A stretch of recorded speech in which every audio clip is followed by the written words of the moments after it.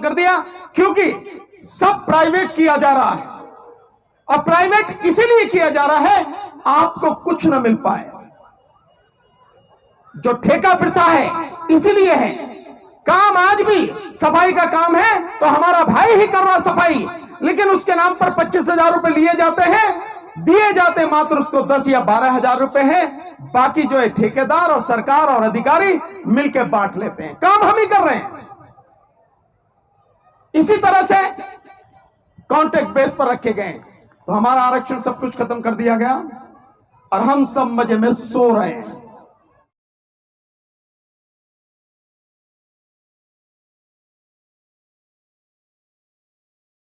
साथियों,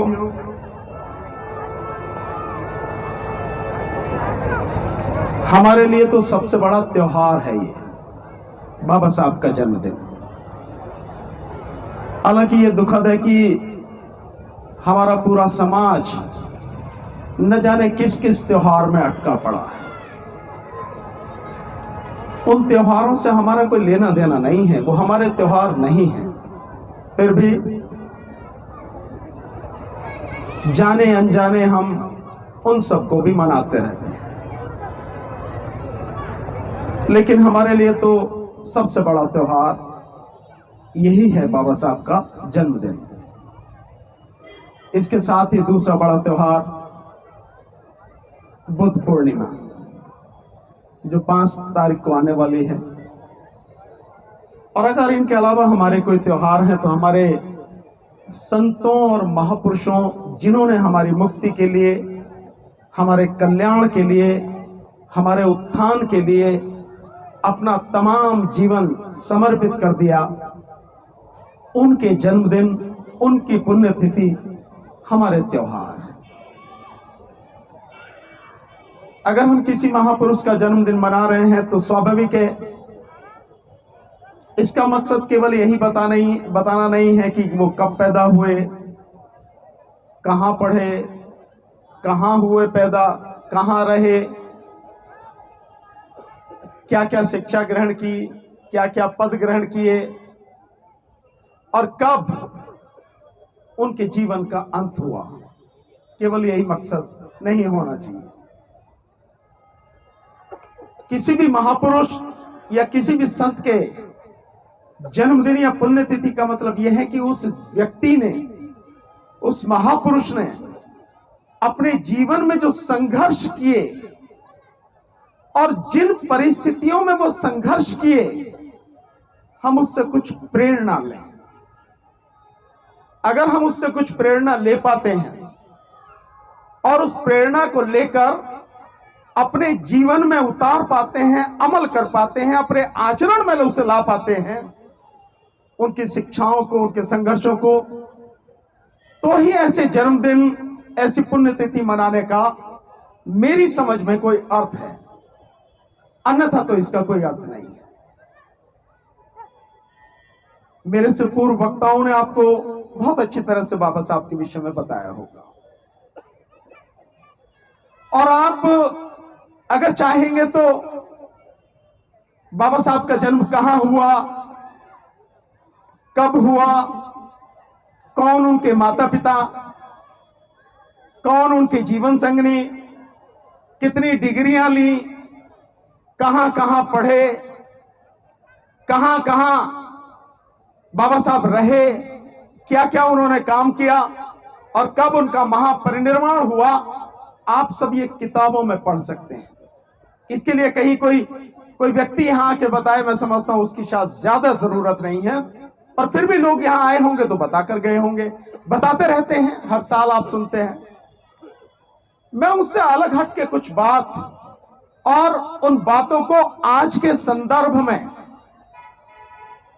देश और देश की तमाम जनता जिन परिस्थितियों से गुजर रही है और वो परिस्थितियां कितनी भयानक हैं, उनके संदर्भ में बाबा साहब का जो जीवन संघर्ष रहा है, उस बात को समझाने का प्रयास करूंगा। हम सब इस बात को मानेंगे कि आज हम लोग, और दिल्ली में रहने वाले तो विशेषकर,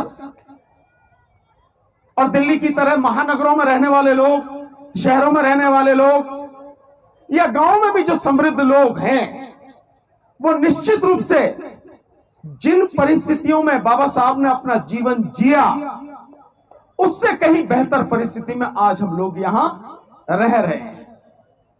इसमें तो कोई संदेह किसी को होना नहीं चाहिए। लेकिन फिर एक पल के लिए सोचो कि इतनी विपरीत परिस्थितियों में बाबा साहब ने इतनी बड़ी शिक्षा हासिल की और जो लक्ष्य जीवन में उन्होंने चुना, तय किया, उस लक्ष्य की तरफ लगातार बढ़ते रहे। कोई रोक नहीं पाया उन्हें, कभी वो रुके नहीं, कभी वो झुके नहीं, कभी किसी से डरे नहीं और अपने लक्ष्य से कभी भटके नहीं। हम में से बहुत सौ के बच्चे हैं, ये बाबा साहब की बदौलत है। हम लोग भी और हमारे बच्चे भी अच्छे स्कूलों में, कॉलेजों में पढ़ते हैं। हालांकि बहुत बड़ी संख्या गरीबों की है जिनकी शिक्षा, उनकी क्या सभी की शिक्षा सरकार अब छीन रही है? अभी आपने देखा भी, बताया भी, राजेंद्र गौतम जी बता के गए हैं कितनी महंगी शिक्षा हो गई है। ये सब शिक्षा छीनने का तरीका। लेकिन बाबा साहब डॉक्टर अंबेडकर ने जब अपनी शिक्षा शुरू की तो आप लोग जानते हैं कि जिस क्लासरूम में बच्चे पढ़ते थे, उस क्लासरूम के कमरे के उसके बाहर, दरवाजे के बाहर बाबा साहब को बैठना पड़ता था। वहां जहां लोग अपने चप्पल जूते उतारते थे, वहां से पढ़ते थे। लेकिन इस सब के बावजूद भी इतनी उच्च शिक्षा प्राप्त की कि जो लोग ऐशो आराम से पढ़ते थे, कमरे के भीतर पढ़ते थे, सम्मान से पढ़ते थे, आज उनका नाम कुछ अता पता कहीं नहीं मिलेगा। लेकिन ये धरती जब तक कायम रहेगी, बाबा साहब का नाम कभी मिट नहीं सकेगा, कभी भी। इसको बताने का केवल एक ही मकसद है, हम कितनी भी बुरी परिस्थिति में रहे, कितने भी विपरीत माहौल में हमें जीना पड़े, लेकिन अपने लक्ष्य से कभी हमें भटकना नहीं चाहिए, किसी से हमें डरना नहीं चाहिए। पूरी लगन के साथ, पूरी ईमानदारी के साथ अपने लिए, अपने परिवार के लिए, अपने समाज के लिए और अपने देश के लिए काम करते रहना है। इस बात को कितने लोग अमल में ला रहे हैं, मैं आप ही पर छोड़ता हूं। अपना आत्मावलोकन कीजिए, अपने अंतर मन में झांकिए और फिर आकलन कीजिए कि क्या आप उन परिस्थितियों के मुकाबले आज जिस समय में रह रहे हैं, क्या बाबा साहब के बताए रास्ते पर चल भी पा रहे हैं? उन्होंने जो जीवन जिया इतने उच्च शिक्षा प्राप्त करके, और एक बार जब पूछा गया उनसे तो बाबा साहब ने तो कहा कि ऐसा कुछ नहीं है जिसे मैं प्राप्त नहीं कर सकता, मुझे उसकी चिंता नहीं है, मैं कहीं भी हूं। वो आरक्षण वगैरह जिससे आप और हम लोग यहां तक पहुंचे, वो समय नहीं था उस समय, और कभी उन्होंने लिया भी नहीं। बावजूद उसके, उस जमाने में जब पढ़ने वाला कोई नहीं था, एक अछूत का बेटा पढ़ा और दुनिया में नाम किया और दुनिया ने भी सम्मानित किया, सिंबल ऑफ नॉलेज कहकर, ज्ञान का प्रतीक कहकर। क्या हम कुछ प्रेरणा ले पा रहे हैं उनसे? नहीं ले पा रहे। उनका जीवन जितनी विपरीत परिस्थितियों में था, कोई कल्पना नहीं कर सकता। एक कितना बड़ा विद्वान, महाराजा बड़ौदा के यहाँ अकाउंटेंट, और चपरासी जिसकी कोई औकात नहीं है, वो चपरासी भी सिर्फ जातिगत वरिष्ठता जो अपने आप को समझता था, उस आधार पर वो फाइल भी दूर से फेंकता था बाबा साहब को। बावजूद उसके वो कभी झुके नहीं। इससे भी ज्यादा और हुआ कि जहां जो बड़ौदा में रहते थे तो कोई मकान देने को तैयार नहीं था, नाम बदल के वहां रहना पड़ा। और उसके बाद भी जब उनके विषय में पता लगा कि ये अछूत हैं, उनका सामान जिस तरह से फेंका गया निकाल के, बावजूद उसके भी वो रुके नहीं। निश्चित रूप से उस पल में जो उनको महसूस हुआ, शायद हम में से कोई महसूस नहीं कर सकता, फिर भी वो अपने लक्ष्य से भटके नहीं और रुके नहीं। लगातार पढ़ाई उन्होंने जारी की। ऐसे न जाने उनके जीवन के कितने कितने ही उदाहरण हैं जिन परिस्थितियों में उन्होंने उच्च से उच्च शिक्षा प्राप्त की। आज हम उन्हें भारत रत्न कहें, विश्व रत्न कहें, ये सारे शब्द उनके सामने छोटे हैं, इनका कोई अर्थ नहीं है। अर्थ सिर्फ इस बात का है कि जो संघर्ष उन्होंने हमारे लिए किया, जीवन के अंतिम सांस तक हमारे लिए जिए, वो क्या हम उनके उस जीवन संघर्ष को समझ पा रहे हैं? क्या हम बाबा साहब के प्रति ईमानदार हैं, या केवल बाबा साहब के जन्मदिन और पुण्यतिथि पर उनकी मूर्ति पर मालाएं चढ़ाकर, उनके फोटो पर मालाएं चढ़ाकर, जय भीम के नारे लगाकर ही अपने आप को अंबेडकरवादी समझ लेते हैं?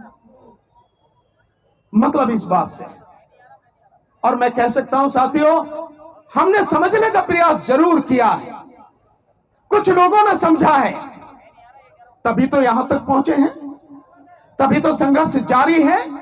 लेकिन अभी बहुसंख्यक समाज जो हमारा है, उसने बाबा साहब को समझा नहीं।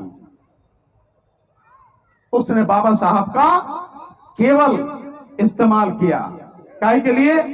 रिजर्वेशन के माध्यम से उसे नौकरी मिल जाए, कोई सुविधा मिल जाए, कोई एमएलए बन जाए, कोई एमपी बन जाए, इसके लिए इस्तेमाल किया।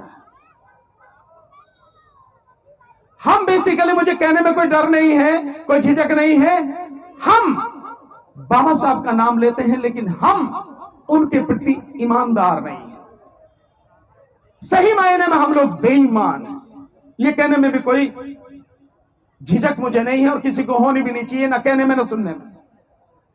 अगर हम ईमानदार होते, ये कार्यक्रम हर साल होते हैं, लगातार होते हैं, और बाबा साहब का जन्मदिन तो दुनिया में शायद पहले महान व्यक्ति हैं कि जिस दिन से शुरू होता है उसके 1-2 दिन पहले से ही शुरू हो जाते हैं और पूरे महीने चलते हैं, यहां तक कि बुद्ध पूर्णिमा तक लगातार उनके जन्मदिन के प्रोग्राम पूरे देश में, दुनिया में चलते हैं।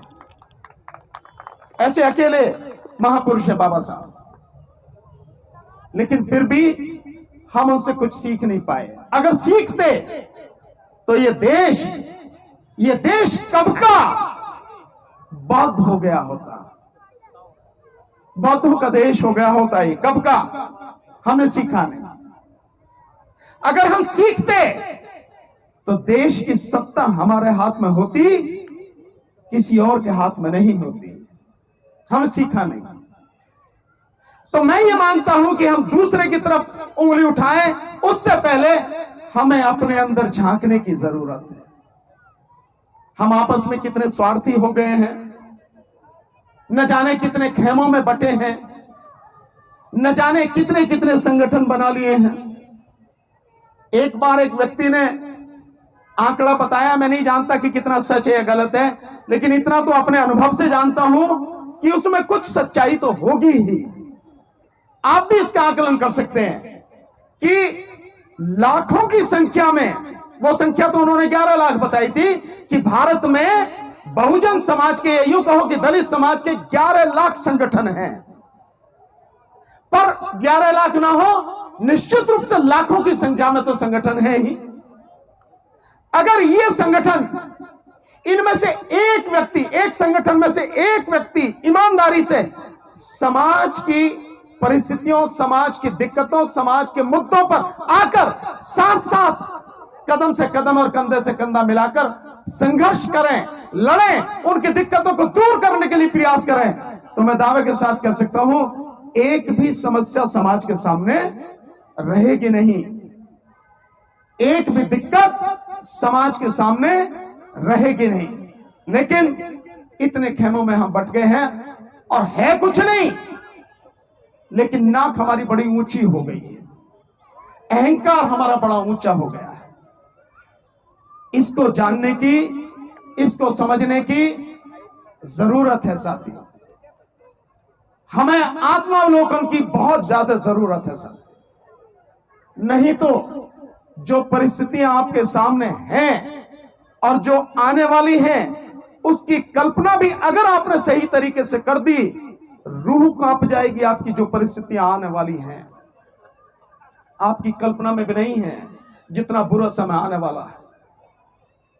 वर्तमान सरकार ने बाबा साहब का नाम लेकर ही और वो नौटंकी करके ही देश का प्रधानमंत्री सबसे बड़ा नौटंकीबाज है, तो उस नौटंकीबाज ने ही बाबा साहब का नाम लेकर नौटंकी करके समाज का बेड़ा गर्क कर दिया।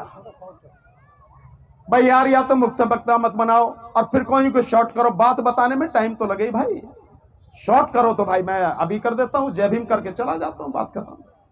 बात तो समझाने दो भाई। अगर बात बुरी लग रही है तो भैया कहो मैं चला जाता हूं, मेरी गाड़ी खड़ी है, जय भीम। सीधी सीधी बात होनी चाहिए।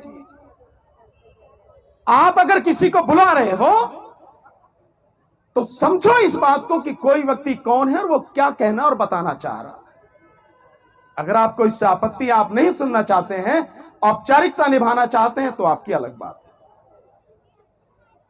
तो जो सरकार है, उस सरकार ने आपके देखते देखते और आपके नेताओं के होते हुए 129, 131 आज की तारीख में आपके सांसद हैं लोकसभा में, राज्यसभा में भी कुछ हैं, और 1145 के लगभग पूरे देश की सभी विधानसभाओं और विधान परिषदों में लगभग 1145 मैंने संख्या बताई, ये एमएलए और एमएलसी हैं। इन सबके सामने, इन सबकी आंखों के सामने, इनके होते हुए और इन्हीं के समर्थन से आपका सब कुछ छीन लिया। आपका रिजर्वेशन छीन लिया, आपके बच्चों की शिक्षा छीन ली, आपका रोजगार छीन लिया। आप आज अपनी एफआईआर लिखाने जाओ, कोई लिखता नहीं है।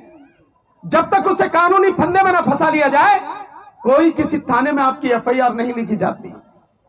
कोई अधिकारी सुनने को तैयार नहीं है।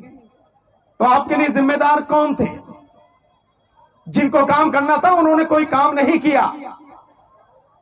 सरकार ने आर्थिक आधार पर संविधान के विरुद्ध जाकर सवर्ण समाज को 10% आरक्षण दिया, लेकिन संसद में हमारे ही समाज के लोगों ने उस 10% आरक्षण जो संविधान के विरुद्ध था, उसके पक्ष में वोट दिया और उसे पास कराया। और जिन लोगों के लिए 10% आरक्षण पास कराया, उनके पास कितना आरक्षण है पता है? 50.5% आरक्षण उनके पास पहले ही है। क्यों? कैसे इसको समझो।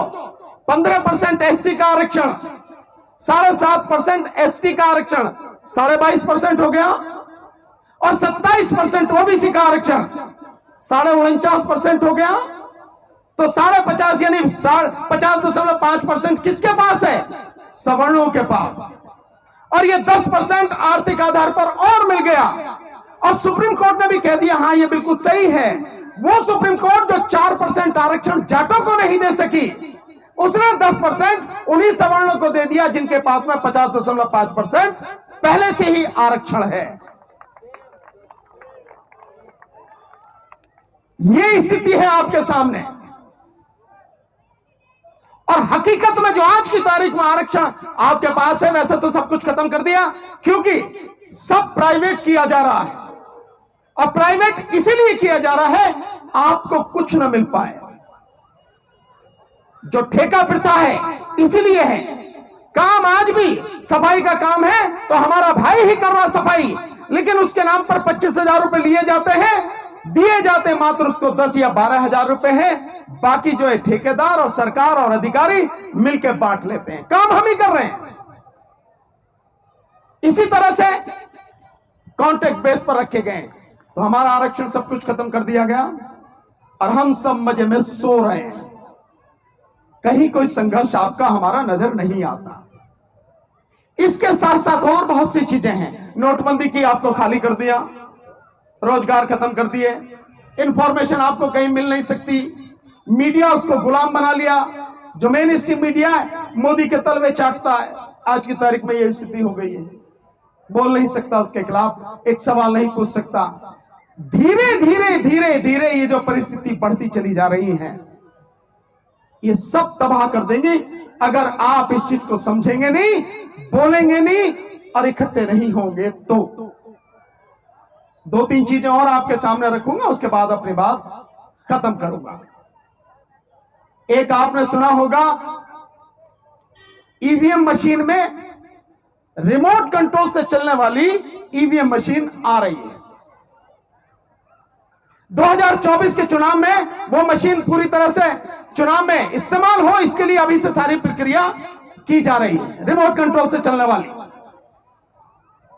अब आप देखिए कि जो आमने सामने आपकी आंखों के सामने जो मशीन है उसमें गड़बड़ी हो रही है, और अब रिपोर्ट आ रही है कि वीवीपैट में 37% वीवीपैट की मशीनें गड़बड़ हैं, यानी 6.5 लाख से ज्यादा वीवीपैट की मशीनें गड़बड़ हैं। एक बूथ पर एक इस्तेमाल होती है वीवीपैट की मशीन, तो 6.5 लाख बूथों पर 6.5 लाख बूथों पर जो मशीन है खराब है वो मशीन इस्तेमाल हो रही है। ये चुनावी प्रक्रिया है और अब रिमोट कंट्रोल से चलने वाली।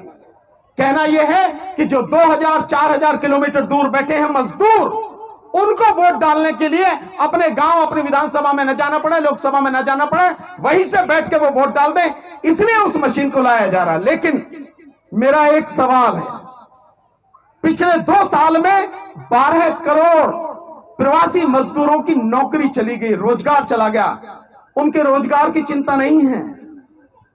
लेकिन 6 करोड़ जो प्रवासी मजदूर हैं उन्हें वोट डालने के लिए गांव न जाना पड़े, अपनी विधानसभा में न जाना पड़े, उनकी वोटों की परवाह है। क्यों? क्योंकि 6 करोड़ वोटों की बेईमानी की जा सके, यह है। और ईवीएम पर सब चुप बैठे हैं, कोई बोलने वाला नहीं। अब धीरे धीरे कभी कहीं से कोई बोलता, कभी कहीं से बोलता, सारे मिलके क्यों नहीं बोलते भाई?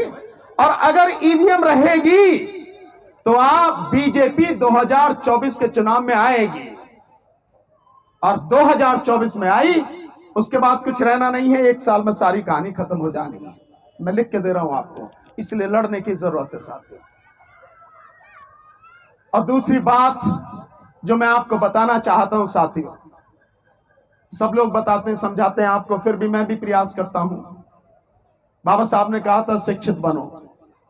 हम शिक्षित बने क्या? हाँ, पढ़े लिख गए, हमारे पास डिग्रियां बहुत है, नौकरी अच्छी मिल गई हमें, कुछ लोग कमा भी बढ़िया रहे हैं, पर शिक्षित नहीं बने हम। अगर हम शिक्षित बनते तो निश्चित रूप से जबरदस्त तरीके से आंदोलन कर रहे होते, सरकार को कब के उखाड़ के फेंक दिए होते हैं। हम पढ़ लिख गए, शिक्षित नहीं हुए, तो शिक्षित बनना जरूरी है। और जिस दिन आप शिक्षित बन जाओगे उस दिन ऑर्गेनाइज हो जाओगे आप। यही कहा ना बाबा साहब ने, एजुकेट, ऑर्गेनाइज, देन एजिटेट, यही तो था उनका। शिक्षित बनो, संगठित रहो, संघर्ष करो। तो जिस दिन हम शिक्षित हो जाएंगे उस दिन हम संगठित हो जाएंगे, और जिस दिन संगठित हो जाएंगे, इस चीज को समझ लेंगे, उस दिन हम आंदोलन करना शुरू कर देंगे। और जिस दिन आंदोलन करेंगे, हमारे सामने कोई टिकने वाला नहीं है। 2 अप्रैल सबको याद है ना, किसी लीडर ने उसको लीड नहीं किया, लेकिन 2 अप्रैल ने सुप्रीम कोर्ट को भी झुका दिया और इस देश की सरकार को भी झुका दिया। दोनों को अपने फैसले बदलने पड़े। तो यह है हमारी ताकत। और जिससे लोग घबराते हैं, जिसका नाम लेने से घबराते हैं, जिसे मैंने कहा अभी नौटंकीबाज, उस आदमी से डरपोक व्यक्ति मैंने देखा नहीं है कहीं भी।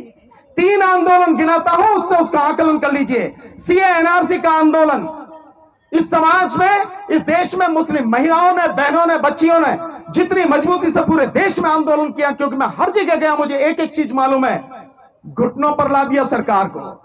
कानून लोकसभा में, राज्यसभा में पास भी करा लिया, राष्ट्रपति के साइन भी करा लिए, नोटिफिकेशन भी हो गया, लेकिन सरकार की औकात नहीं है, उसके गुर्दे में इतना दम नहीं है कि आज भी उसे लागू कर दे। यह है उस आंदोलन की ताकत। दूसरी ताकत जो आपने आंदोलन किया 2 अप्रैल वाला, सरकार भी झुकी, सुप्रीम कोर्ट भी झुकी, दोनों ने बदला। और तीसरा आंदोलन, किसान आंदोलन, जितने 13 महीने में घुटनों पर ला दिया, जिसमें हम 13 महीने लगातार साथ में रहे। अपनी शक्ति को पहचानो, बाबा साहब को सही तरीके से समझो साथियों, और उनको समझकर अपने जीवन में बदलाव लाओ। और जो रास्ते उन्होंने हमें बताए हैं, जो रास्ता हमें दिखाया है, उसकी तरफ अपना आचरण करो, तभी कुछ हमारा भला हो पाएगा। आपने बुलाया, आपने सम्मान दिया, बोलने का मौका दिया, और आप सबने बहुत ध्यान से सुना, उसके लिए बहुत बहुत आभार। नमो बुद्धाय, जय भीम। बहुत बहुत धन्यवाद, बहुत बहुत साधुवाद।